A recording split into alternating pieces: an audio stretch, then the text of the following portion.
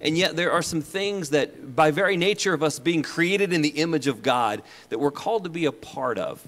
So our topic of conversation for the year is bringing together what we do with what God does, with the caveat that God works on more than just Sundays, and God isn't afraid of science.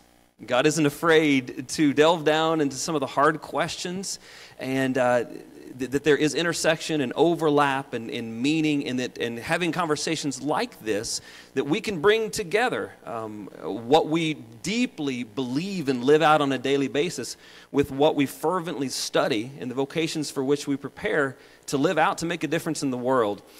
So here was the challenge before me. We have 4 of these conversations this semester. Again, just a quick word of explanation. The belief is that truth is communicated from that pulpit, or for some of us preachers who like to walk around, it can be communicated in that fashion. But we also believe that there's great value in just having conversations. So much of our lives are sitting around tables, often with food. And by the way, that's your water if you'd like some. Okay. And just sharing a space and sharing in conversation, believing that God is active and present in that as well. If time allows, at the end, we're gonna have some worship music at the very end, and a spot for a benediction as well to send us out. But you might be thinking we might have time for a question or two for Dr. Ippolito. We're going to launch here, but before we do, I wanted to explain that the burden was upon me to find someone to help us to launch a conversation with series. And it had to be someone, in my estimation, needed to be someone who wasn't afraid to kind of speak up and to have a one-on-one conversation in front of a whole bunch of people. I think I might have found one of those persons here on campus. Furthermore, I thought it would be helpful if that person wasn't afraid to share a strong opinion, should that arise. Is that fair? Okay. All right, you're the man, he says. What I found when I tweeted out the advertisement for this particular gathering was that, and something that was just confirmed that I already knew, that these two are just wildly popular here on campus now and with alums, and you've got so much support and respect, and I'm just looking forward to this time. Thank you. How close do I keep this to my face? About. Yeah, that sounds good. All right. Can you tell us... I'll call you Dan. Is that okay? That's absolutely all right. All right. And I'll be Todd. Can you tell us a little bit about how long you've been here at AU and what you do? This is my 29th year, and I was originally hired to bring an element of ecology and environmental science to the Department of Biology, which historically has been geared more to the health sciences. And so I teach ecology, environmental science, zoology. I used to teach a fish biology class, but then student interest dried up. And then ever since '93, I have taught every summer at the Osable Institute of Environmental Studies, which is a Christian environmental institute. The main campus is in northern Michigan. And again, I taught for them both fish biology and aquatic ecology, and in recent years, I focused primarily on aquatic ecology. I have also developed an interest in philosophy of science and faith, dialogue, some of the questions about natural evil and so on and so forth. What originally drew me to Anderson University, I was teaching marine biology in Maine at the time, and I was seeking greener pastures. And I saw an ad in the Chronicle of Higher Education for a position in biology at a place called Anderson University, committed to the integration of faith and scholarship. Those were the magic words that really attracted me and caused me to apply for the position, and the rest, as they say, is history. Thank you. Now, when we began talking about this theme of reconciling work, bringing together what we do with what God does, again, the assumption is that God is certainly involved in pulpits and in spaces like this, but God is involved in this as opposed to just this. And so when it comes to the integration of the faith and the scholarship for you, it sounds like, clearly you were drawn to that. what does that look like in terms of your daily practice? Do you feel like from day to day that you are able to delve deeply into the scholarly questions in the pursuit of continued education as well as the education of others, but also a deepening in your faith? Can you talk a little bit about how those two meaningfully intersect for you? Well, again, if I may go back to my relationship with the Osable Institute, ever since I was a little kid, I've been interested in natural history, in animals, in zoology. Now, I grew up in a high-rise apartment in Rome, so most of my contact with nature was either going to the park or watching nature documentaries on a little black and white TV. But eventually I was able to make that a profession, so I had this intuitive feeling that this was a good and worthwhile thing to do. But once I started teaching at Osable, especially in my interaction with older, more experienced colleagues, especially with the founding director, Dr. Calvin DeWitt, they really helped me put that interest of mine within the context of my faith. And if I could spell out a few points, God creates the world and declares it good. That every day of creation, what he has made is declared good, which brings home the point that to God matter matters. The first commandment, long before Sinai, is to serve and to keep the garden. The Hebrew words in Genesis 2 are abad and shamar. Abad is usually translated as to till, but it's also the word that's used in the book of Joshua. As for me and my house, we will abad Jehovah. And then shamar is used in the Aaronic blessing in the book of Numbers. As for me and my house, may the Lord bless you and keep you, shamar you. In other words, keep you in the entirety of your relationships. And so I used to think that the passage in Genesis 2 provides balance to the dominion mandate in Genesis 1:26, which has often been misconstrued, that we can do whatever we want with the earth. Then it was pointed out to me that I don't even need to look for balance to attention, because dominion is kingship. Christ is the model of a good king. Christ came to serve. So our dominion over the creation is expressed in service. Once I realized that, I saw that that thread prevails throughout the scriptures. We read that the creation groans, awaiting the revelation of the children of God. One translation is awaiting the children of God to come into their own. In other words, to take on our duties of responsible stewardship. And also, the realization dawned upon me that God has an eschatological purpose for the whole creation, not just for us. In Colossians, we read that Christ is the one through whom all things were made, apanta in the Greek, the one in whom all things hold together, and the one through whom all things are reconciled. And actually, a word that's beginning to be thrown around in Christian environmental circles, it's not just stewardship, but also reconciliation. That we have so wounded God's creation that we ought to be practicing reconciliation in college. This is an idea that's been proposed by some of my colleagues at Calvin College, for example. Is that sort of what you were... No, that's really helpful.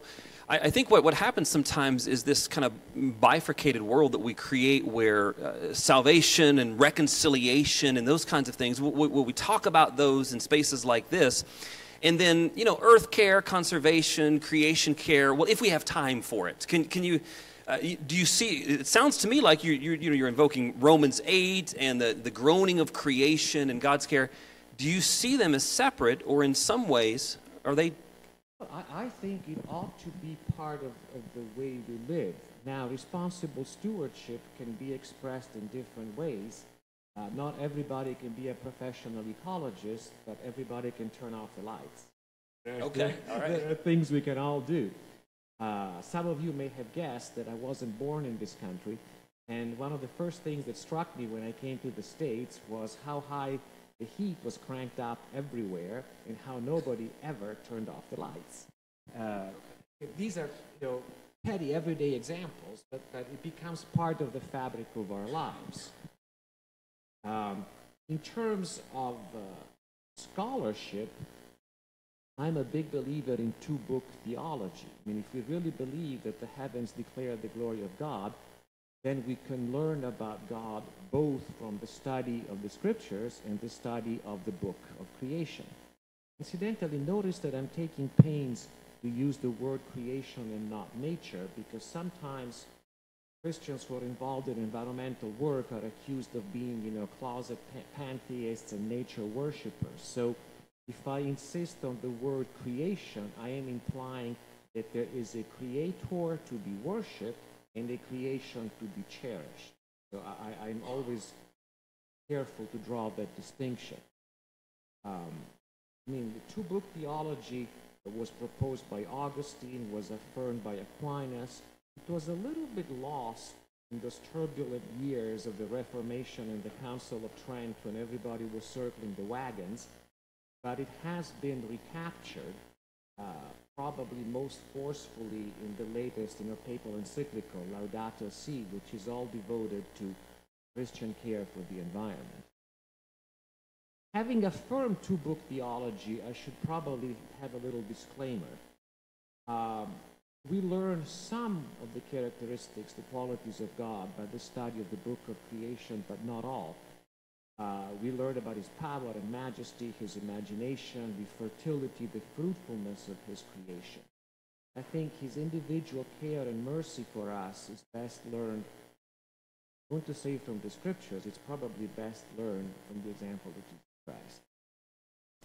As far as all of this being optional or being an afterthought, because after all it's all going to burn, it's just stuff, I really think that's the old Gnostic heresy rearing its ugly head, trying to be more spiritual than God. As I said a moment ago, and I didn't mean it just as a quip, to God matter matters. And actually, one of my colleagues at Osabo, the botanist, we sing, he's a former chair of the American Society of Botanists.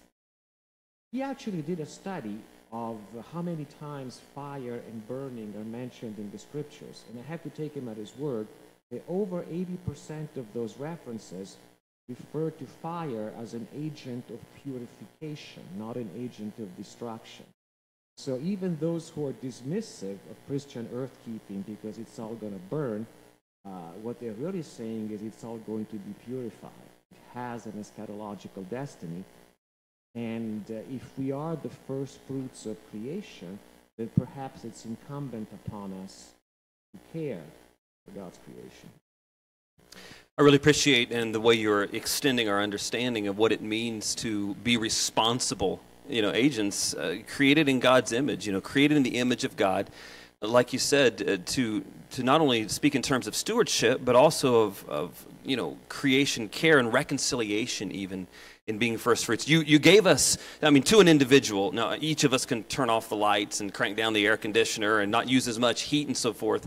I'm going to ask you maybe a three-tiered question. First of all, just individually, anything else come to mind that, just person to person, believer to believer, is there anything that you would say, like this really matters, this really helps? And then I want to ask you, in terms of preparing for different vocations, you mentioned that not everyone can do this particular thing, but we're each called to something. Would you give us, for those who are, professionally active right now, or those who are pre-professional or preparing to do something and preparing to launch soon, some advice as we go off into our various fields of service? And then finally, I'm going to ask you a word to the church. But individually, what can we do? Well, there are really two dimensions to responsible Christian earth-keeping, responsible stewardship. There is the personal dimension, as I was saying, recycle, turn off the lights, so on and so forth. And incidentally, probably the single most useful thing we can do as individuals is to drive a hybrid. Because right now, electric cars, where does that electricity come from? Most of the time, it comes from burning coal or burning gas. So we go back to fossil fuels. A hybrid, yes, uses some gasoline, but also generates its own electrical power. And there is also a public or political dimension to all this. Now, I know that some people of a more conservative bent are a little bit skeptical of government intrusion, regulation in our lives. On the other hand, environmental problems do not respect political boundaries. They cannot always be solved at the local level. Air pollution crosses political boundaries. The mercury and carbon dioxide from those old coal-burning plants in the Ohio River Valley end up in Canada.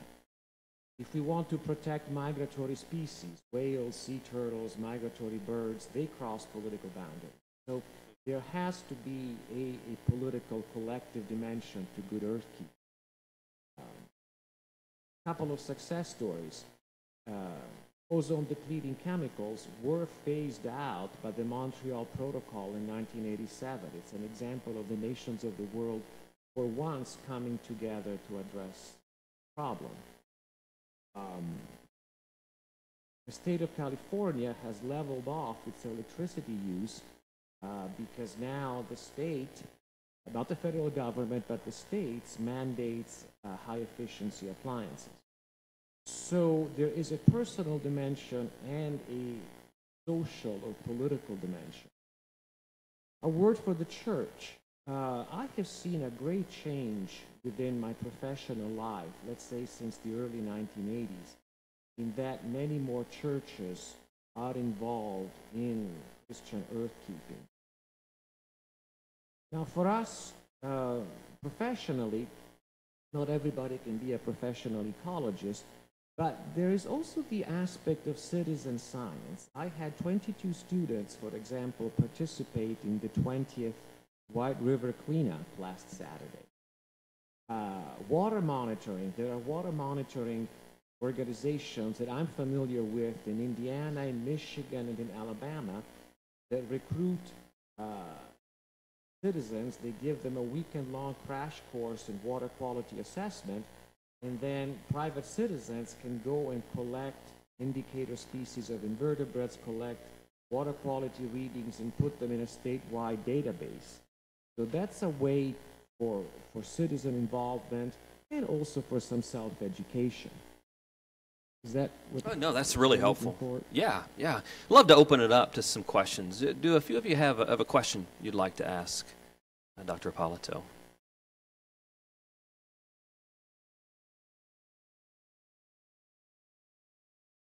Mm-hmm.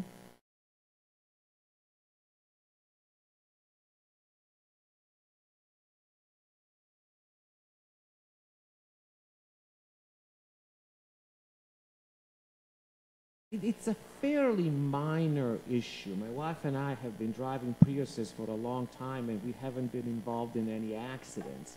It is true that the first time you drive one, it takes a little getting used to the different sound. The safety argument, honestly, I find a little specious, because if we were to follow the logic that safety in cars is paramount, A, we should all drive a tank, and B, the speed limit should be 35 miles an hour. And I don't think anybody would subscribe